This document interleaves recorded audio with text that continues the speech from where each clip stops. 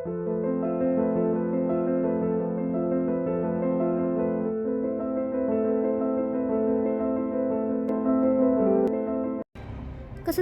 kimia adalah keadaan dalam suatu reaksi dua arah di mana laju reaksi ke depan dan ke belakang menjadi setara.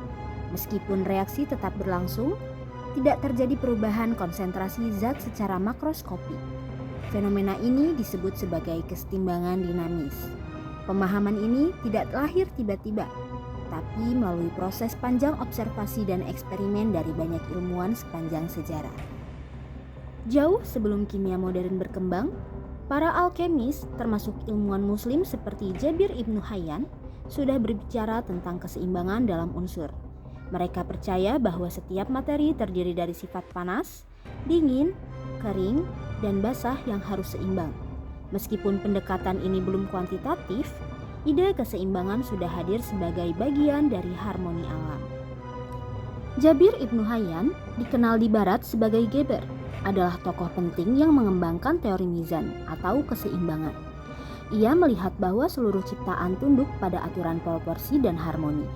Dalam risalah-risalahnya, ia membahas bagaimana logam bisa berubah dengan mengatur keseimbangan antara unsur belerang dan raksa. Meskipun bersifat filosofis, pemikiran ini menunjukkan cikal bakal teori kesetimbangan reaksi.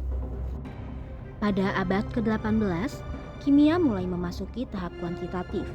Para ilmuwan seperti Lavoisier memperkenalkan prinsip konservasi massa. Ini menjadi fondasi penting.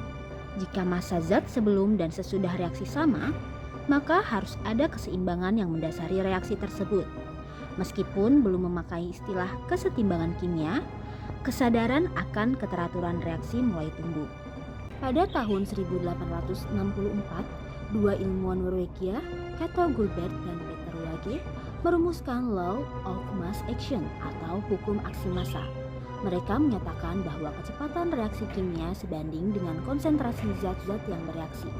Ini adalah tonggak penting dalam sejarah kesetimbangan, karena pertama kalinya hubungan matematis antara reaksi dan produk dijelaskan secara ilmiah.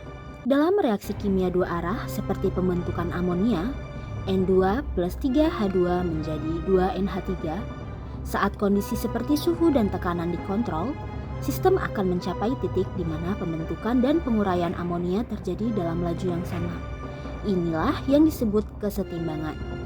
Penemuan ini memperkuat pemahaman bahwa reaksi kimia bisa bersifat dinamis namun tetap stabil secara keseluruhan. Henry Le Chatelier memperluas pemahaman ini melalui prinsip yang kini terkenal dengan namanya. Ia menyatakan bahwa jika terjadi gangguan pada sistem kesetimbangan, misalnya perubahan suhu, tekanan, atau konsentrasi, maka sistem akan menyesuaikan diri untuk mengurangi efek gangguan tersebut. Prinsip ini sangat penting dalam dunia industri dan pendidikan kimia saat ini. Memasuki abad ke-20, perkembangan teknologi memungkinkan visualisasi reaksi dan dinamika kesetimbangan secara lebih rinci.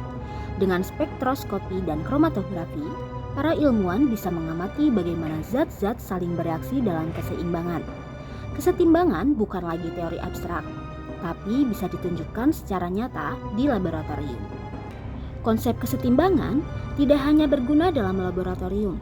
Di dunia nyata, reaksi dalam tubuh manusia, seperti sistem buffer darah, juga menunjukkan bagaimana tubuh mempertahankan pH stabil melalui sistem reaksi dua arah. Tanpa keseimbangan kimia, kehidupan biologis tidak akan bisa berjalan. Dalam pandangan Islam, kesetimbangan atau mizan adalah bagian dari hukum ilahi. Allah menyebutkan dalam kisah surat Ar-Rahman bahwa Dia telah menciptakan langit dan keseimbangan dan memerintahkan manusia untuk tidak merusaknya. Ini selaras dengan pemahaman ilmiah bahwa keseimbangan adalah kondisi ideal yang harus dijaga, bukan hanya dalam reaksi kimia, tapi dalam hidup. Ilmu dan iman tidak bertentangan. Dalam sejarah Islam, ilmuwan seperti Al-Biruni dan Ibnu Sina justru menjadikan ilmu sebagai jalan mendekatkan diri kepada Allah. Mereka mengkaji zat, reaksi, dan keseimbangan bukan semata untuk pengetahuan, tapi untuk mengenali pola ciptaannya. Kesetimbangan kimia pun menjadi bagian dari refleksi spiritual.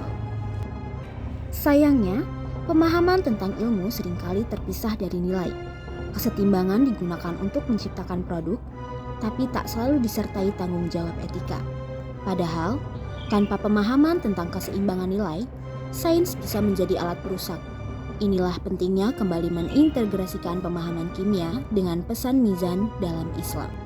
Saat kita belajar reaksi kimia dan menghitung kesetimbangan, mari kita sadari bahwa kita sedang mempelajari hukum ciptaan Allah yang sangat presisi.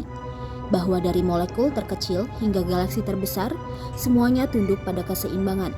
Dan sebagai manusia, kita pun diperintahkan untuk hidup dalam keseimbangan antara dunia dan akhirat, ilmu dan akhlak. Kesetimbangan kimia adalah bukti bahwa alam semesta bekerja dengan hukum yang teratur. Dari sejarah ilmuwan barat hingga pemikir Islam, kita melihat bahwa konsep ini bukan sekedar sains, tapi juga nilai. Maka, mari jadikan ilmu sebagai jalan untuk memahami alam dan mendekatkan diri pada Sang Pencipta. Karena ilmu yang membawa kita pada kebijaksanaan, itulah ilmu yang sejati.